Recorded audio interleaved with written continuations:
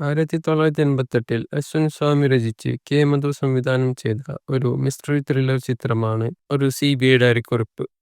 മമ്മൂട്ടി, സുരേഷ് ഗോപി, ജഗതി ശ്രീകുമാർ, മുകേഷ് സുകുമാരൻ എന്നിവരാണ് ഇതിൽ പ്രധാന വേഷങ്ങളിൽ അഭിനയിച്ചിരിക്കുന്നത്. ഇതിലെ പ്രധാന കഥാപാത്രമായ സേതുരാമയ്യരെ 2009-ൽ ഇന്ത്യയുടെ ദേശീയ അന്വേഷണ ഏജൻസിയുടെ ആദ്യ മേധാവിയായി നിയമിതനായ ജമ്മു കശ്മീർ കേഡർ IPS ഉദ്യോഗസ്ഥനായ രാധാ വിനോദ് രാജുവിൽ നിന്നും പ്രചോദനം ഉൾക്കൊണ്ട് ഉണ്ടാക്കിയതാണ്. അക്കാലത്തെ ഏറ്റവും കൂടുതൽ കളക്ഷൻ നേടിയ ഒരു മലയാള ചിത്രം കൂടിയായിരുന്നു ഇത്. ഈ സിനിമയെ മലയാളത്തിലെ ഏറ്റവും മികച്ച ക്രൈം ത്രില്ലറുകളിൽ ഒന്നായി കണക്കാക്കപ്പെടുന്നു. മമ്മൂട്ടി സേതുരാമയ്യരായി അഭിനയിക്കുന്ന CBI സീരീസിലെ ആദ്യ ഭാഗമാണിത്. തെലുങ്കിൽ രാജശേഖരനെ നായകനാക്കി ന്യായം കാസം എന്ന പേരിലും ഹിന്ദിയിൽ രാജ്കുമാറിനെ നായകനാക്കി പോലീസ് പബ്ലിക് എന്ന പേരിലും ഈ ചിത്രം റീമേക്ക് ചെയ്തിട്ടുണ്ട്. അയൽ സംസ്ഥാനങ്ങളിൽ മലയാള സിനിമയ്ക്ക് വലിയ പ്രേക്ഷകരില്ലാത്ത സമയത്ത് ഒരു വർഷം മുഴുവനും തമിഴ്നാട്ടിൽ പ്രദർശിപ്പിച്ചിട്ടുണ്ട്. ഈ സിനിമ നിങ്ങൾ കണ്ടിട്ടുണ്ടെങ്കിൽ കമന്റ് ചെയ്യൂ.